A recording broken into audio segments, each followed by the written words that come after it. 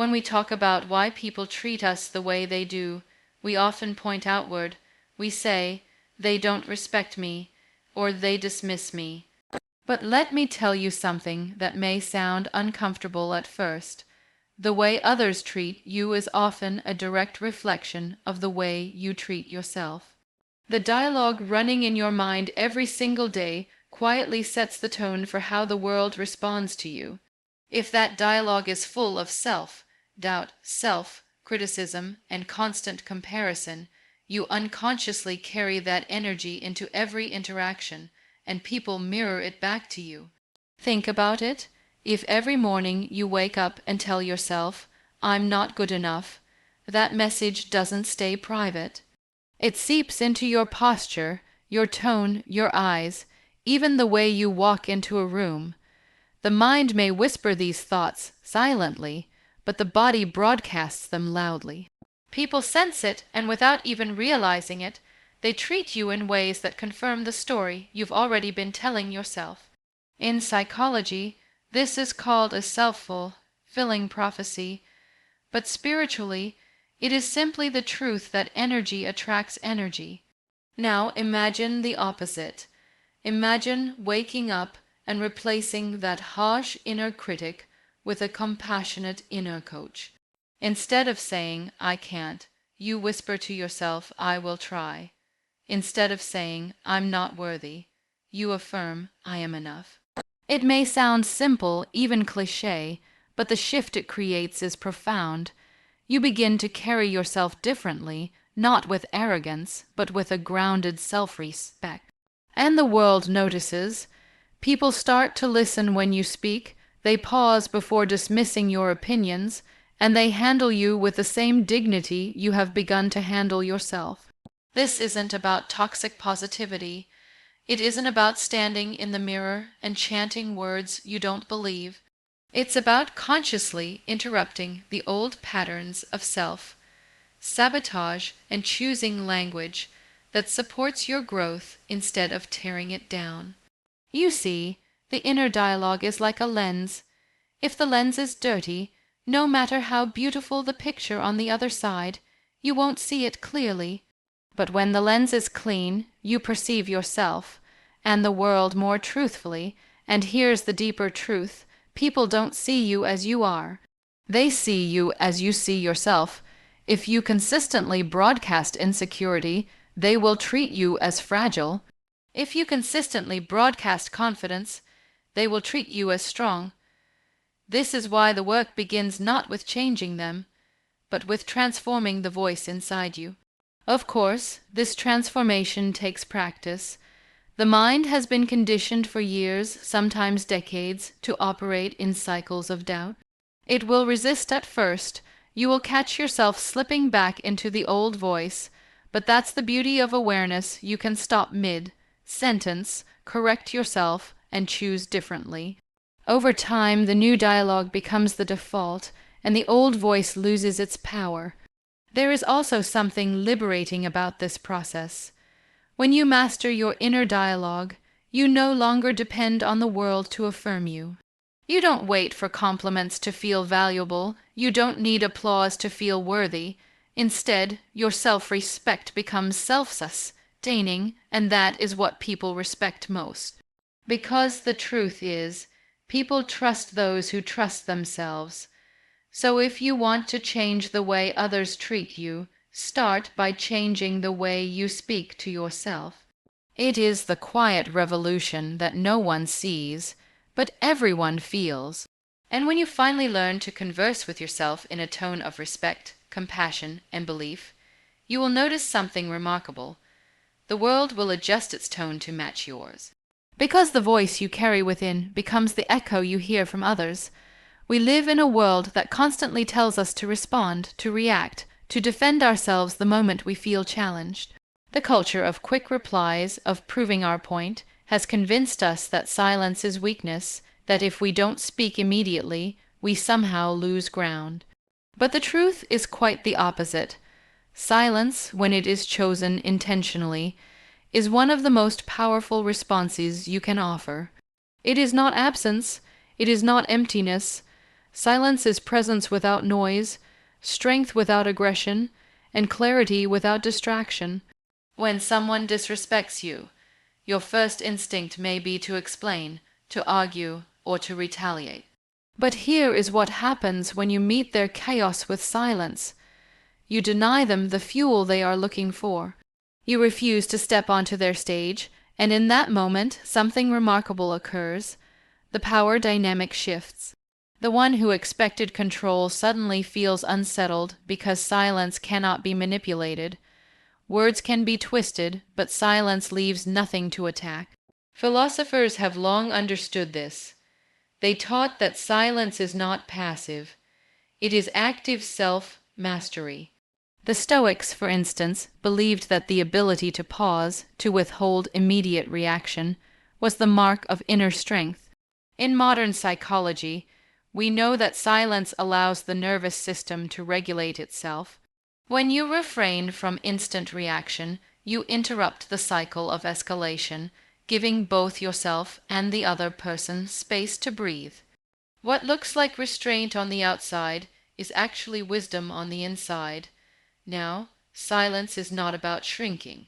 It is not about allowing others to walk over you. It is about choosing when your words will have impact and refusing to waste them when they will fall on deaf ears.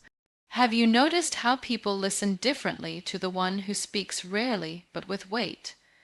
Their words land because they are not scattered. Silence creates that weight. It builds anticipation, and when you finally do speak, your voice carries more authority than if you had been speaking all along. There is also another dimension to silence. It reveals character. When you choose silence in the face of provocation, you demonstrate control. When you remain calm in the face of insult, you reveal dignity. People may not admit it, but they notice. They remember they treat you differently because silence signals that you cannot be dragged into every storm. It tells the world this person is not easily shaken. But perhaps the most transformative power of silence is how it protects your energy.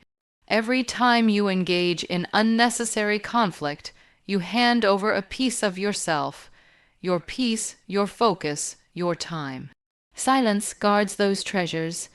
It allows you to walk away without scars, to conserve your strength for battles that truly matter. And isn't that what wisdom really is? Knowing what deserves your voice and what does not. I want you to think about the times in your life when silence would have served you better than reaction. Maybe it was an argument where words kept escalating until both sides were left wounded. Maybe it was a conversation where you tried to explain yourself to someone who had already decided not to understand. Imagine if instead you had chosen silence not as surrender, but as strategy. The outcome would have been very different, not because the other person changed, but because you chose to rise above. So remember this. Silence is not empty. It is full of power. It speaks volumes about who you are, even when no sound leaves your lips. And the next time someone tries to pull you into a battle that is not worth fighting, I hope you remember this truth. Sometimes the most eloquent answer is no answer at all. One of the most defining shifts in how people treat you comes when you finally understand the importance of boundaries. And I don't mean boundaries as walls that shut people out or make you hard to reach. I mean boundaries as invisible lines that say, "This is where my respect begins, and this is where it must be honored." Too many of us confuse kindness with endless availability, and humility with silence in the face of disrespect. We allow people to stretch our limits because we fear rejection, or we believe that saying no will make us unlovable. But the reality is very different every time you allow your boundaries to be crossed. You quietly teach others that it is acceptable to disregard you. Boundaries are not about pushing people away. They are about teaching people how to love and respect you properly. When you say no to what hurts you, you are actually saying yes to your peace, your dignity, and your worth. And that shift changes everything, because people quickly learn that your presence is not something they can misuse, that your time is not something they can waste, and that your kindness is not something they can exploit. Psychologically, setting boundaries reconditions both you and those around you. For you, it builds self-respect because you are finally honoring your own needs. For others, it creates clarity. People don't have to guess how to treat you, they know. There is no confusion, no blurred lines. And what happens when there is clarity? Respect naturally follows, but here's the deeper layer. Boundaries must be set without guilt. This is where so many struggle. We finally say enough, but then we spend hours feeling selfish or cruel. We replay the moment in our minds and wonder if we should have explained more, softened our tone, or bent just a little. That guilt is the old conditioning trying to pull you back. Remember, this having boundaries does not make you unkind. It makes you trustworthy, because the person who honors their own limits is also the one who will honor yours. In philosophy, boundaries are tied to the concept of self, sovereignty, the idea that you are the ruler of your own life. If you cannot guard the borders of your own being, then you have given away your sovereignty to anyone who decides to cross them. And life becomes chaotic, not because people are cruel, but because you never taught them how to approach you. Think of the people you admire, the ones who seem to command respect without demanding it. They are not necessarily the loudest or the most dominant personalities. More often, they are the ones who know exactly what they stand for, and they do not compromise it for approval. Their boundaries create an aura around them, a quiet message that says, "You may come this far, but no further," and people listen. Of course, some will resist your boundaries. The ones who benefited from your silence, your endless yes, will call you difficult when you start to say no. Do not be shaken by this. Their resistance is not proof that you are wrong, it is proof that you are growing. Over time, even those who push back will adjust, because human beings learn how to treat us based on what we consistently allow. So if you want to change the way others treat you, stop waiting for them to change. Teach them, show them. Set the line not as a punishment, but as an invitation to meet you at a place of respect. And remember, every time you hold your boundary without guilt, you are sending one clear message to the world. I respect myself, and I expect you to do the same. Before you even speak a word, before you explain who you are, before you ask for respect, your presence has already spoken on your behalf. People notice the way you carry yourself long before they notice the content of your character.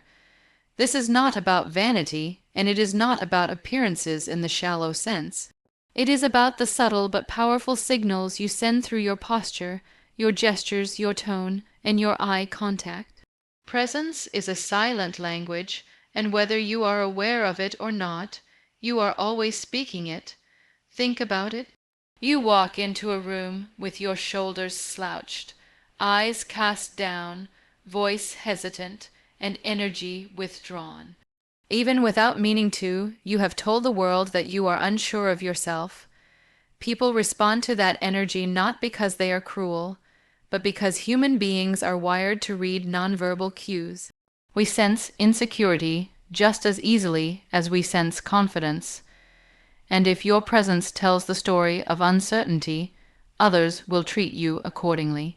Now imagine walking into the same room with your head held high, not in arrogance, but in quiet assurance.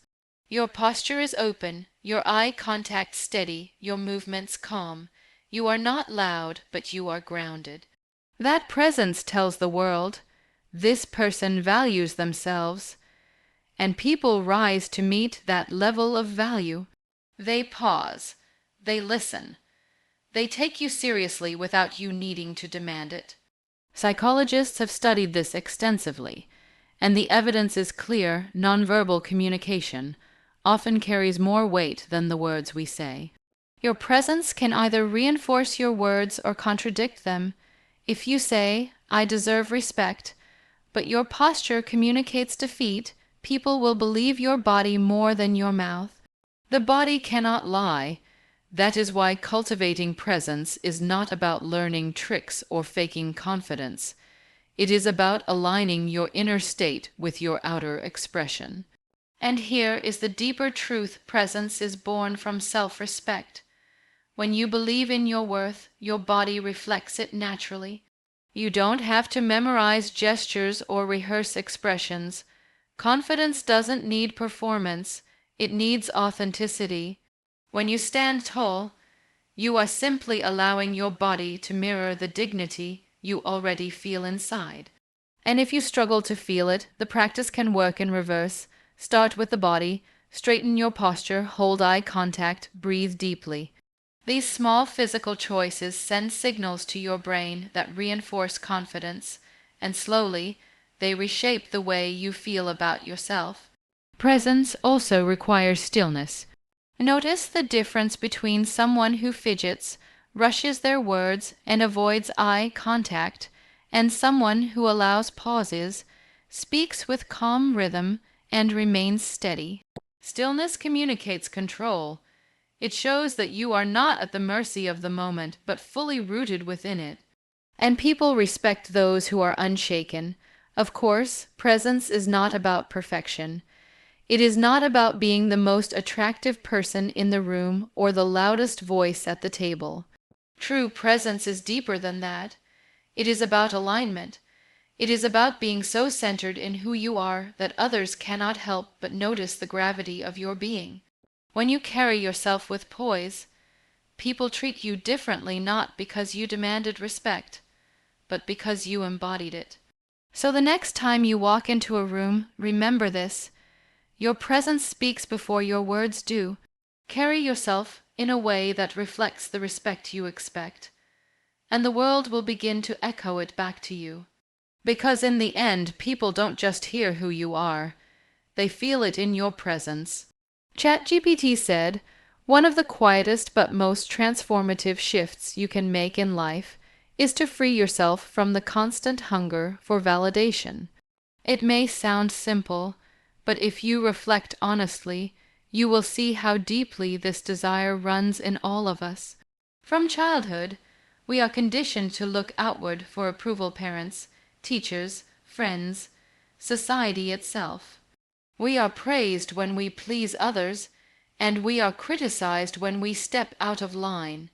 Slowly, we begin to internalize the belief that our worth is not self-defined but borrowed from the opinions of others. And when you live in this way, your self-esteem becomes fragile, always rising and falling with the applause or silence of the crowd. But the truth is, validation is like a mirage. It promises nourishment, but it never sustains you. You might feel a momentary high when someone praises you, but it fades quickly, leaving you craving the next dose. And the more dependent you become, the more power you hand over to others. Think about it. If your happiness is tied to someone else's approval, then they, not you, are in control of your life. The moment you begin to detach from this need, you reclaim that power. Detachment doesn't mean you stop caring altogether. It means you stop depending. It means your identity is not shaken every time someone disapproves of you or fails to recognize your worth. You remain steady because your validation comes from within. This shift is liberating. It allows you to stand tall even when no one claps, to move forward even when no one notices, and to rest in your own dignity without waiting for someone else to confirm it. Philosophically, this is tied to the concept of self-sufficiency. The Stoics called it inner freedom, the state where no external praise or insult could determine your sense of worth. In psychology, it is called intrinsic motivation, where your actions come from a place of alignment with your values rather than from fear of rejection or hunger for approval. People who operate from this place have a certain aura about them. You can feel it. They don't chase attention, yet they attract it. They don't demand respect, yet they receive it. Why? Because independence from validation creates authenticity, and authenticity is magnetic. When you no longer chase approval, you also become less fearful of disapproval. You stop diluting yourself to fit in, and you stop bending your values just to avoid conflict. This kind of strength makes people treat you differently. They may not always agree with you, but they will respect you. Even those who dislike you will know that you are not someone easily swayed. That firmness, that self-possession, creates a different kind of presence in the world. Of course, detaching from validation is not about becoming indifferent or cold. It is about balance. Appreciation from others can still be welcome. It just doesn't become your oxygen. You receive it with gratitude, but without dependence. You listen to criticism with openness, but without surrendering your identity. You remain grounded because your roots are no longer spread thin in the soil of other people's opinions. They are anchored deep within yourself. And here's the paradox. When you stop chasing validation, people begin offering it more freely. Why? Because human beings are drawn to those who seem content within themselves. When you no longer need their approval, they instinctively give it. But by then, you are no longer desperate for it. So I want you to remember this. The respect you seek from the world will come when you stop begging for it and start embodying it. Approval may be sweet, but it is fleeting. Self-respect is steady, and once you cultivate it, you will find that people can sense it. Detach from the need for validation, and you will discover the quiet power of living as your own witness. When you observe people who are consistently respected, admired, or trusted, you will notice one common thread. Their actions are not ruled by fleeting emotions, but guided by steady principles. This, more than charisma or talent, is what makes people treat them differently. Because emotions are temporary, they rise and fall like waves. But values, when truly held, form the ground beneath your feet. If you stand on shifting sand, people sense your instability. If you stand on solid ground, people recognize your reliability. So many of us make decisions in the heat of the moment. Anger provokes us into words we regret, fear pushes us into choices that betray our truth, and excitement tempts us into promises we cannot keep. When we operate like this, people quickly learn not to depend on us. They may like us, they may sympathize with us, but they do not trust us. And trust is the deepest currency of respect. Now consider the opposite. Imagine someone who feels anger but chooses restraint, who feels fear but still acts in alignment with their integrity, who feels temptation but honors their commitments. That steadiness speaks volumes. People look at them and say, "Here is someone I can count on, even when circumstances change." Their respect for such a person is not based on performance, but on consistency. It's not about being perfect, it's about being principled. This is what it means to align your actions with values instead of emotions. Values are like a compass. They do not shift based on how you feel in a given moment. If honesty is your value, you tell the truth even when it is uncomfortable. If kindness is your value, you practice it even when you are not in the mood. If discipline is your value, you honor it even when motivation fades. In the short term, this might feel demanding, but in the long term, it builds a reputation that no emotion can tarnish. Philosophers have long taught this lesson. Aristotle called it virtue acting in accordance with excellence, not impulse. In modern psychology, we call it emotional regulation, the ability to experience emotions without being controlled by them. Both point to the same truth. When your choices are rooted in values, people perceive you as stable, as someone who is not easily shaken by the noise of life. And there's something else. When you live by values, you elevate the standard for those around you. You become the mirror that reflects what discipline, integrity, and respect look like. Without lecturing, without demanding, You silently invite others to rise to your level. People may not say it aloud, but deep down, they admire the one who doesn't let emotions dictate their every step. That admiration eventually becomes respect, and that respect becomes trust. Of course, aligning with values does not mean suppressing emotions. Emotions are human, they are signals, not enemies. But instead of letting them drive the car, you allow them to sit in the passenger seat while your principles hold the wheel. This balance is what creates wisdom. You feel fully, but you act wisely, and people respond to that balance with a different kind of reverence. So if you want people to treat you differently, stop chasing approval in the moment and start building a life anchored in values. Let your actions show discipline where others show impulse. Let your choices reflect integrity where others compromise. Let your steadiness reveal strength where others are swayed.